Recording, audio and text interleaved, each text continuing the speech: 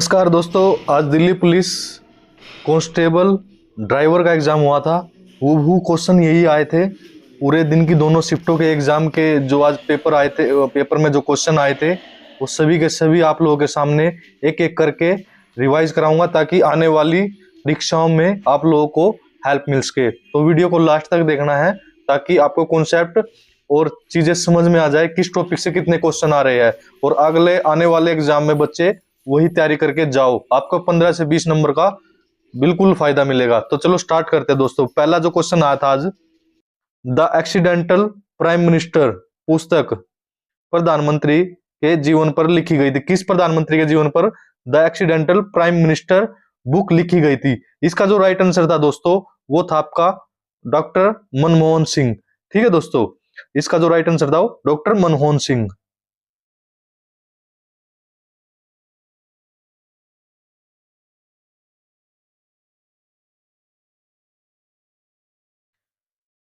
Doctor Manmohan Singh सही right answer हो जाएगा। इसका जो फैक्ट था एक बार देख लेते हैं। यह पुस्तक संजय बारू ने लिखी थी भाई। ठीक है, नेक्स्ट में यह भी पूछ सकता है किसके द्वारा लिखी गई थी? संजय बारू के। तो इस किताब पर आधारित फिल्म भी बनी थी। ठीक है दोस्तों, तो याद रखना दोस्तों, बुक से भी क्वेश्चन आ रहे हैं। ठीक है दोस्तों, नेक्स्ट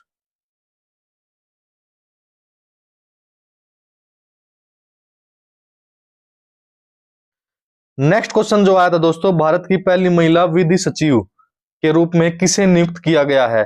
इसका जो दोस्तों जो राइट आंसर था वो था अंजू राठी राणा। ठीक है दोस्तों,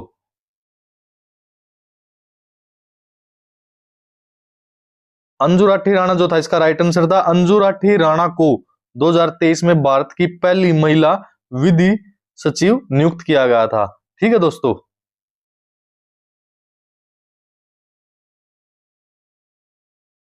नेक्स्ट क्वेश्चन जो था दोस्तों, पुरुषों का पहला हॉकी विश्व कप किस देश ने जीता था?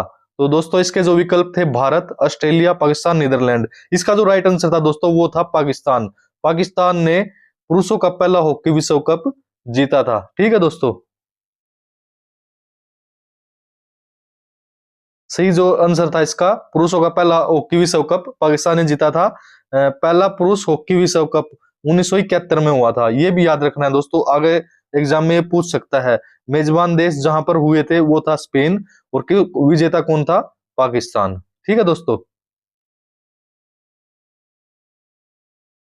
नेक्स्ट क्वेश्चन जो आया था दोस्तों, सोहराय पर्व मुख्य रूप से भारत के किस राज्य से संबंधित है? दोस्तों फेस्टिवल भी बहुत ज्यादा पूछ रहा है, तो सभी फेस्टिवल अच्छे से करके जाए। इसके जो विकल्प दिए गए थे उड़ीसा, झारखंड, छत्तीसगढ़ और पश्चिम बंगाल।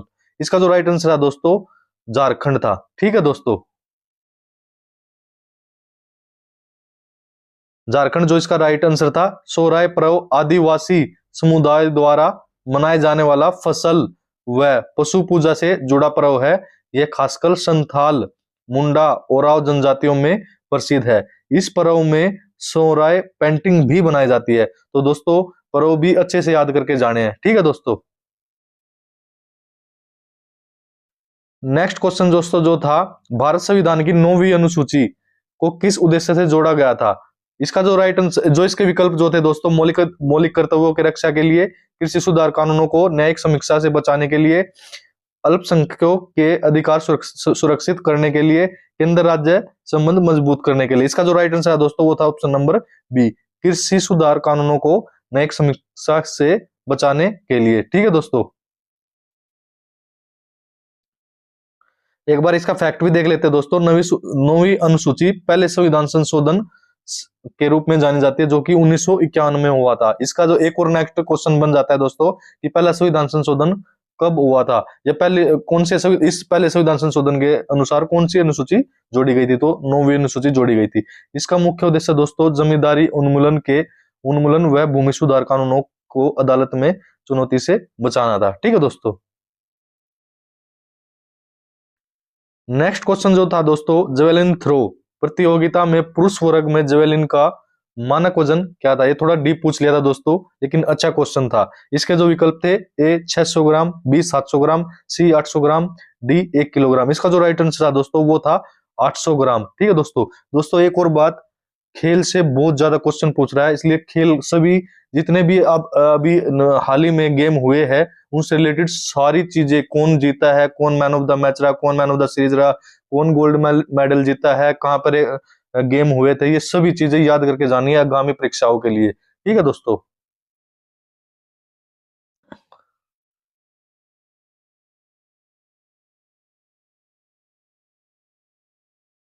पुरुष जेवलिन का वजन जो 800 ग्राम होता है दोस्तों। नेक्स्ट में हो सकता है महिला जेवलिन का वजन पूछ लिया जाए, इसका जो होगा राइट आंसर होगा 600 ग्राम। ठीक है दोस्तों।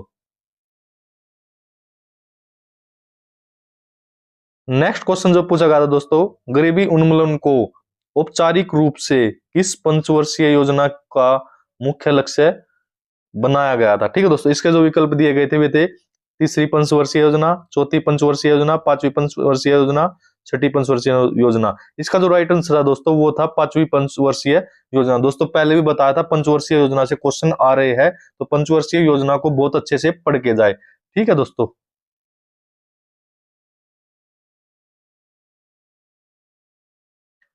तो पांचवी पंचवर्षीय योजना राइट आंसर था।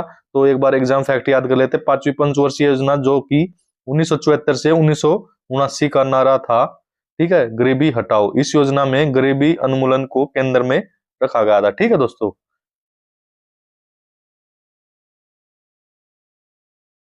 नेक्स्ट क्वेश्चन जो दोस्तों जो था, ग्रैंड स्लैम जीतने वाली भारत की पहली महिला टेनिस खिलाड़ी कौन थी।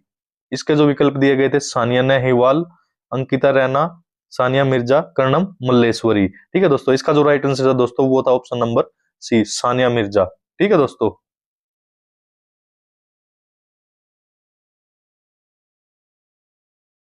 तो दोस्तों पहला ग्रैंड स्लैम जीतने वाली सानिया मिर्जा थी। एग्जाम फैक्ट एक बार चेक कर लेते हैं। सानिया मिर्जा ने 2009 ऑस्ट्रेलियन ओपन जीतकर ग्रैंड स्लैम जीतने वाली भारत की पहली महिला बनने का गौरव हासिल किया। तो दोस्तों ये भी पूछ सकता है कब जीती थी। 2009 में जीती थी ऑस्ट्रेलियन ओपन को। ठीक है दोस्तों। कुल मिलाकर सानिया मिर्जा ने 6 ग्रैंड स्लैम टाइटल जीते हैं। दोस्तों ये भी पूछ सकता है कितने ग्रैंड स्लैम टाइटल जीते हैं, तो 6 जीते हैं। ठीक है दोस्तों। देखो गेम से कितने ज्यादा क्वेश्चन पूछ रहे हैं, तो गेम को बहुत अच्छे से पढ़ के जाओ, सारे के सारे खेल को। ठीक है दोस्तों।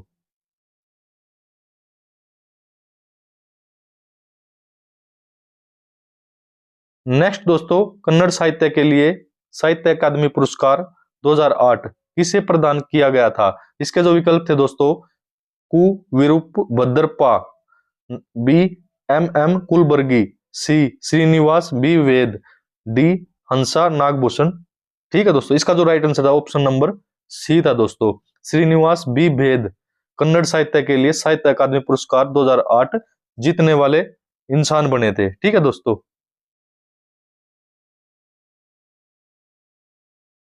श्रीनिवास बी वेद कन्नड़ साहित्य भाषा में साहित्य अकादमी पुरस्कार जीतने वाले बने थे। श्रीनिवास बी वेद को 2008 में कन्नड़ भाषा में साहित्य अकादमी पुरस्कार उनके उपन्यास हल्ला बांटू हल्ला के लिए बना था। तो दोस्तों ये भी पूछ सकता है हल्ला बांटू हल्ला किसका उपन्यास था, तो ये किसका था, श्रीनिवास बी वेद का। दोस्तों थोड़ा बुक वगैरह भी अच्छे से पढ़ के जानिए। ठीक है दोस्तों। नेक्स्ट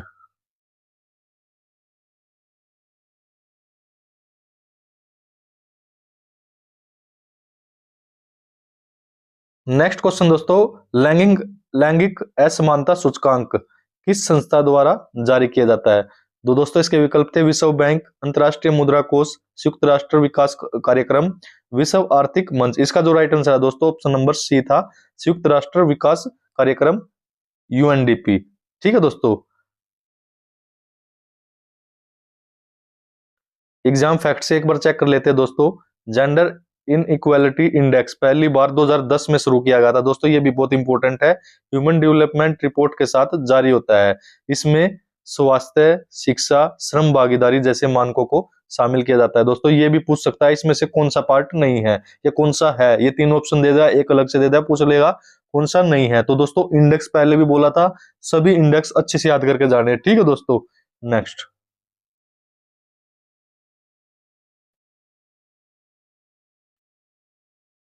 नेक्स्ट दोस्तों, फिलिप्स चक्कर फिलिक्स वक्र किस 2 आर्थिक चरों के बीच संबंध को दर्शाता है। विकल्प दिए गए थे मुद्रास्फीति और आर्थिक विकास, बी ब्याज दर और निवेश, सी मुद्रास्फीति और बेरोजगारी, डी आय और उपभोग। इसका जो राइट आंसर है दोस्तों वो था ऑप्शन नंबर सी, मुद्रास्फीति और बेरोजगारी। ठीक है दोस्तों, फिलिप्स चक्कर जो था मुद्रास्फीति और बेरोजगारी से संबंधित था। ठीक है दोस्तों, तो फिलिप्स चक्कर किससे संबंधित था? मुद्रास्फीति और बेरोजगारी से। तो फैक्ट चेक कर लेते हैं एक बार। फिलिप कराओ अब अल्पकाल में मुद्रास्फीति और बेरोजगारी के बीच उल्टा संबंध दिखाता है। यह सिद्धांत A.W. फिलिप्स ने दिया था। तो दोस्तों एक और बात मैंने पहले भी बताया था दोस्तों, इकोनॉमिक्स से बहुत ज्यादा क्वेश्चन पूछे जा रहे हैं, तो इकोनॉमिक्स को बहुत अच्छे से डीपली पढ़ के जाए। ठीक है दोस्तों, आज भी 4 से 5 क्वेश्चन हर शिफ्ट में क्वेश्चन पूछे गए थे। ठीक है दोस्तों,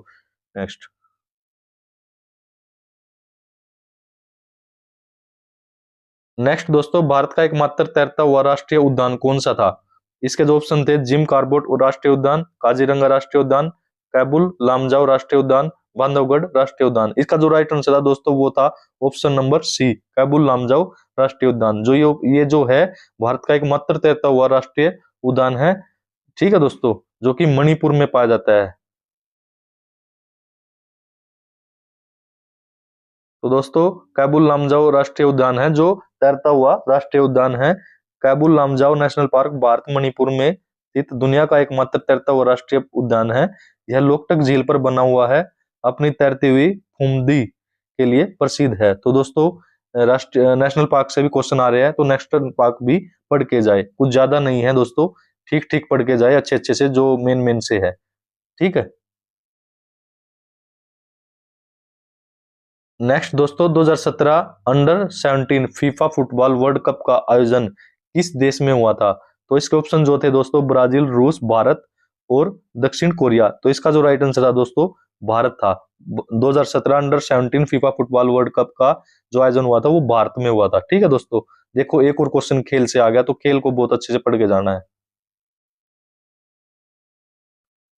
तो दोस्तों फैक्ट चेक कर लेते हैं। यह पहला मौका था जब FIFA under 17 world cup Bharat में आयोजित हुआ था। ठीक है दोस्तों, भारत ने इस टूर्नामेंट में सेमीफाइनल तक जगह बनाई थी। ठीक है दोस्तों, इस आयोजन ने भारत में फुटबॉल के विकास को बढ़ावा दिया था। ठीक है दोस्तों, नेक्स्ट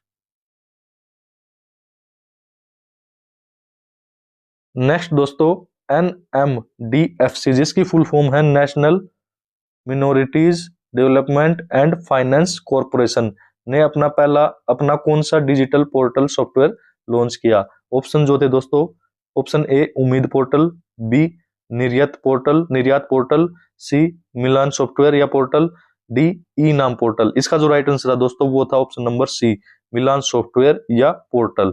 ठीक है दोस्तों, देख लो पोर्टल से भी क्वेश्चन पूछ रहा है, तो पोर्टल भी अच्छे से पढ़ के जाने हैं जो नए नए लॉन्च हुए हैं।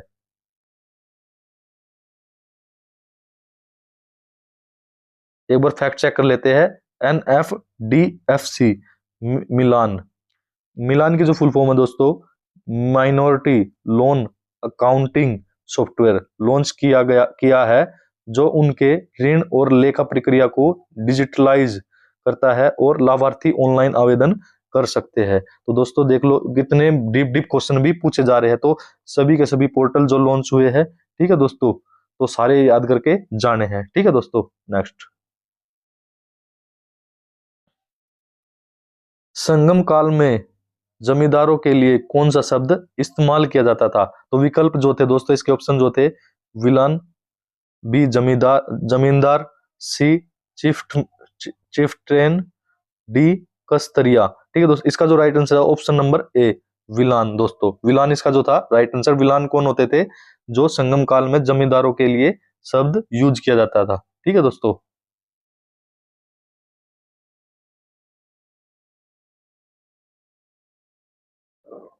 एक बार फैक्ट चेक कर लेते हैं दोस्तों। संगम काल जो कि 300 BCE से 300 CE तक चला था, तमिल क्षेत्र का साहित्य युग था। ठीक है दोस्तों, इस समय खेती और भूमि प्रबंधन में विलान शब्द का प्रयोग जमींदार कृषक प्रमुख के लिए किया जाता था। तो दोस्तों हिस्ट्री से भी क्वेश्चन पूछ रहा है, तो हिस्ट्री भी थोड़ा ठीक ठाक पढ़ के जानी है। ठीक है दोस्तों, नेक्स्ट दोस्तों, भारत ने हॉकी में अपना पहला ओलंपिक गोल्ड कब जीता था?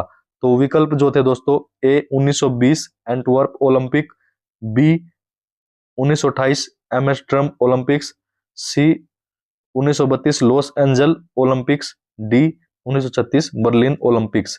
तो इसका जो राइट आंसर हो जाएगा वो हो जाएगा option number B 1928 Amsterdam Olympics. इसमें जो था 1928 में भारत ने हॉकी में अपना पहला गोल्ड मेडल जीता था। ठीक है दोस्तों, देखो एक और क्वेश्चन गेम पे आ गया। ठीक है दोस्तों,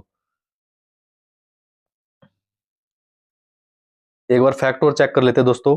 भारत ने 1928 में एम्स्टर्डम ओलंपिक में हॉकी गोल्ड मेडल जीता। ठीक है, इस समय राजेंद्र सिंह, लाल बहादुर शास्त्री और दीनानाथ सिंह जैसे खिलाड़ी शामिल थे। भारत की हॉकी टीम ने तब से कई ओलंपिक गोल्ड मेडल जीते और इस हॉकी का सिंहासन माना जाता है। ठीक है दोस्तों, गेम से एक और क्वेश्चन आ गया दोस्तों, गेम अच्छे से पढ़ के जाने, फिर बोल रहा हूं। नेक्स्ट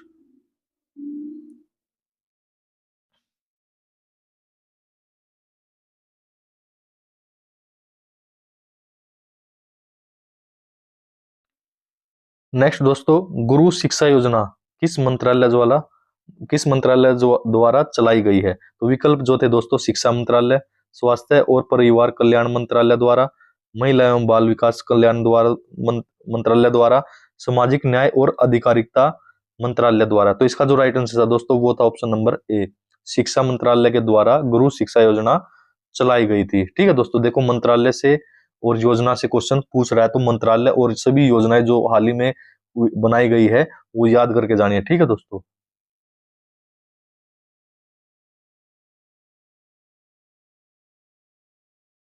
नेक्स्ट क्वेश्चन दोस्तों, चापचार कूट उत्सव किस राज्य की पारंपरिक त्योहार है? विकल्प जो थे मणिपुर, त्रिपुरा, मिजोरम और नागालैंड। इसका जो राइट आंसर था दोस्तों वो था मिजोरम।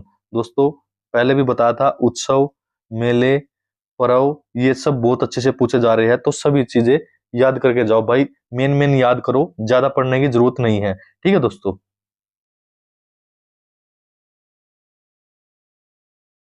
एक बार फैक्ट और चेक कर लेते हैं। चापचारकूट मिजोरम का सबसे प्रसिद्ध सामाजिक और सांस्कृतिक त्योहार है।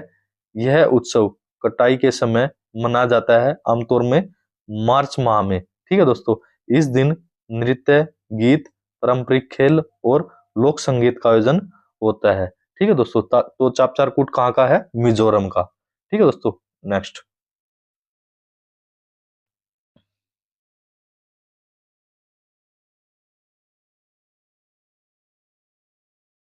नेक्स्ट है दोस्तों, स्वप्ना सरस्वता पुस्तक किस समुदाय के इतिहास और प्रवास पर आधारित है?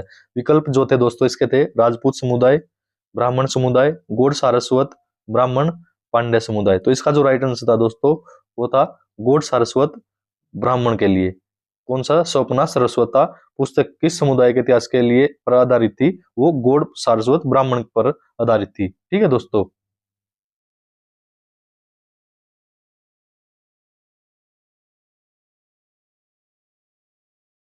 एक बार फैक्ट चेक कर लेते हैं दोस्तों। ठीक है दोस्तों, स्वप्ना सरास्वता भारतीय लेखक गोपाल कृष्ण पाई द्वारा लिखी गई पुस्तक है। गोपाल कृष्ण पाई ने इस पुस्तक को लिखा है। यह पुस्तक गोवा के गौड़ सारस्वत ब्राह्मण समुदाय के प्रवास और सामाजिक इतिहास को दर्शाती है। इसे कर्नाटक साहित्य अकादमी पुरस्कार और केंद्रीय साहित्य अकादमी पुरस्कार भी मिला है। तो दोस्तों देखो, एक और साहित्य से क्वेश्चन देखने को मिला, तो साहित्य को भी थोड़ा पढ़ लिख के जाना है, बुक्स वगैरह को अच्छे से पढ़ना है। ठीक है दोस्तों, नेक्स्ट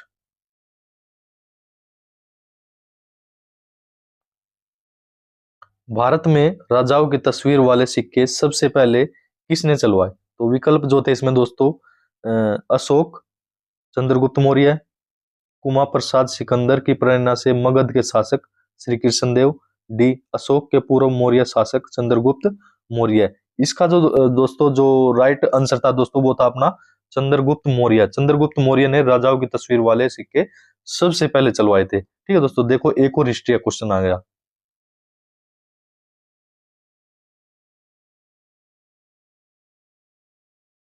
एक बार फैक्ट और चेक कर लेते हैं दोस्तों। चंद्रगुप्त मौर्य ने अपने समय में राजाओं और प्रतीक चिन्ह वाले सिक्के चलवाए।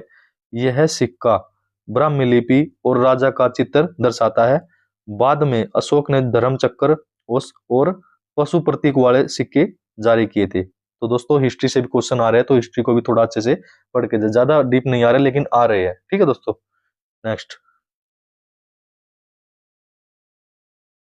भारत के पहले पूर्णकालिक वित्त मंत्री कौन थे, कौन बने थे? ठीक है दोस्तों, विकल्प जो थे जवाहरलाल नेहरू, सरदार वल्लभ भाई पटेल, राजा गणेश दत्त और जवाहरलाल नेहरू के पहले वित्त मंत्री रामास्वामी अय्यर। इसका जो दोस्तों जो राइट आंसर था वो था राजा गणेश दत्त। ठीक है दोस्तों।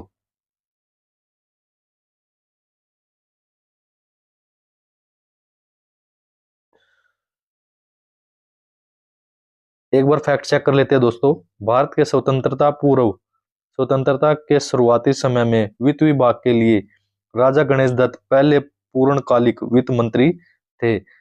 उनके बाद जवाहरलाल नेहरू और नंदलाल बनर्जी आर्थिक नीतियों में योगदान दिया। तो दोस्तों देखो, एक और क्वेश्चन बहुत ही इंपॉर्टेंट, जो कि पॉलिटी से भी याद कर सकते हैं इसको एक तरह से। ठीक है दोस्तों, तो बहुत ही थोड़ा डीप था ये क्वेश्चन मानता हूं, तो फिर भी चीजें थोड़ी पढ़ के जानी है। ठीक है दोस्तों। नेक्स्ट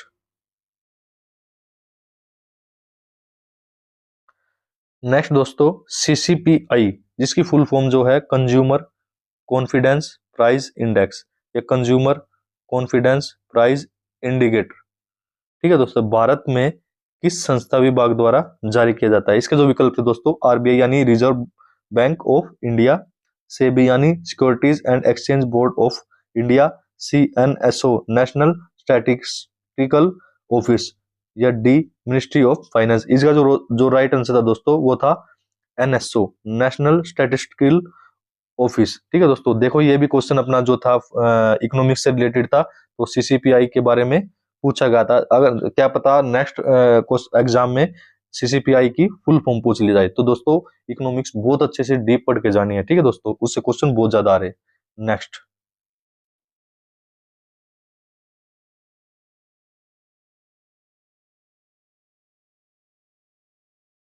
एक बार फैक्ट देख लेते हैं दोस्तों।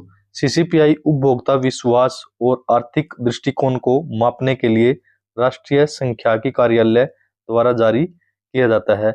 यह इंडेक्स घरेलू मांग, उपभोक्ता खर्च और आर्थिक स्थिति का संकेत देता है। ठीक है दोस्तों, ये भी इकोनॉमिक्स का क्वेश्चन था, तो इकोनॉमिक्स बहुत अच्छे से पढ़नी है।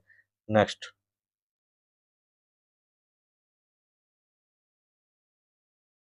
प्राथमिक घाटा प्राइमरी डिफिसिट किसका संकेत देता है? विकल्प जो दिए गए थे दोस्तों, सरकार का कुल राजस्व, सरकार का कुल व्यय, सरकारी खर्च और राजस्व के अंतर में ब्याज भुगतान को छोड़कर घाटा, केवल ब्याज भुगतान का घाटा। इसका जो राइट आंसर था दोस्तों वो था ऑप्शन नंबर सी, सरकारी खर्च और राजस्व के अंतर में ब्याज भुगतान को छोड़कर घाटा। दोस्तों ये भी इकोनॉमिक्स से रिलेटेड था। तो दोस्तों इकोनॉमिक्स से बहुत ज्यादा क्वेश्चन पूछे जा रहे हैं, तो इकोनॉमिक्स को बहुत अच्छे से डीपली पढ़ के जाना है, चाहे कितनी ही वीडियो क्यों ना देखने पड़े, लेकिन अच्छे से पढ़ के जाना। इकोनॉमिक्स को बहुत ज्यादा क्वेश्चन पूछे जा रहे हैं और आगामी परीक्षाओं में भी जरूर पूछे जाएंगे। ठीक है दोस्तों। नेक्स्ट,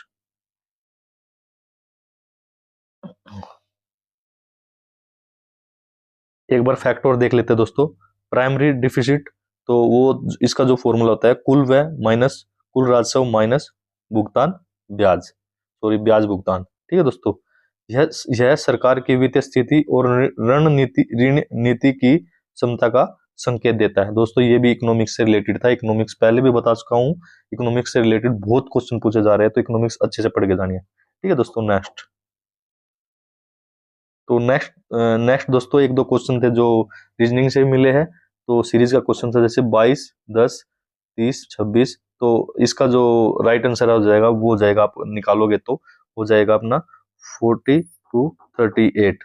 तो सी इसका जो है राइट आंसर हो जाएगा। नेक्स्ट,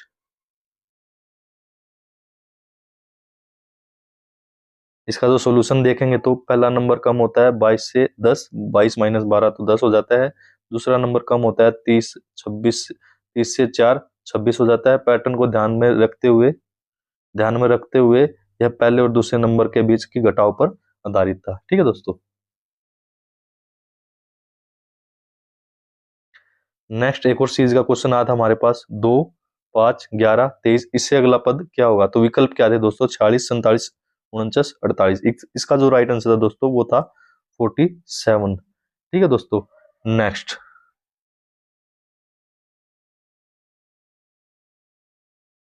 तो दोस्तों ये थे आज के एग्जाम जो दिल्ली पुलिस कांस्टेबल ड्राइवर में आए हुए थे। सारे के सारे क्वेश्चन रियल है दोस्तों, कोई ऐसे वैसे डाटा नहीं डाला गया है। तो दोस्तों इनको अच्छे से एनालाइज करना, कहाँ से किस टॉपिक से क्या क्या पूछा गया है।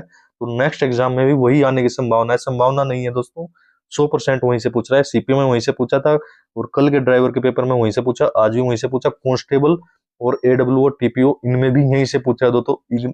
इकोनॉमिक्स और क्या बोलते हैं अपना पॉलिटिकल और थोड़ी हिस्ट्री, ठीक है दोस्तों, और बुक पोर्टल और जितने भी फेस्टिवल है, ठीक है दोस्तों, ये नदियाँ, ठीक है दोस्तों, और भी मतलब मिनिस्ट्री, ठीक है दोस्तों। तो ये मतलब बहुत सारी चीजें मैं, और खेल खेल कूद बहुत अच्छे से दोस्तों पढ़ के जाने हैं। कौन सा खेल कहाँ क्या हुआ, हाल ही में जो खेल हुए हैं उनके बारे में बहुत अच्छे से मतलब पता होना चाहिए बच्चे को, ठीक है दोस्तों। बहुत ही आसान पेपर आ रहा है दोस्तों, अगर अच्छे से पढ़ के जाओगे, दिमाग से पढ़ के जाओगे, सही डायरेक्शन में पढ़ के जाओगे तो बहुत अच्छे से आप मार्क्स, बहुत ही अच्छे मार्क्स ले सकते हो और अपना सिलेक्शन पक्का कर सकते हो। तो आशा करता हूँ वीडियो अच्छी लगी होगी दोस्तों। धन्यवाद, जय हिंद। वीडियो अच्छी लगे तो चैनल को सब्सक्राइब कर देना, लाइक कर देना और वीडियो को शेयर कर देना, ताकि जरूरतमंद भाइयों को जिनका आगामी परीक्षाओं में परीक्षा है वो इससे रिलेटेड पढ़ के जा सके और अपने जो उनका स्कोर बन रहा है उसमें 10 से 15 नंबर का इजाफा कर सके। तो धन्यवाद दोस्तों, और चैनल को सब्सक्राइब करना ना भूले।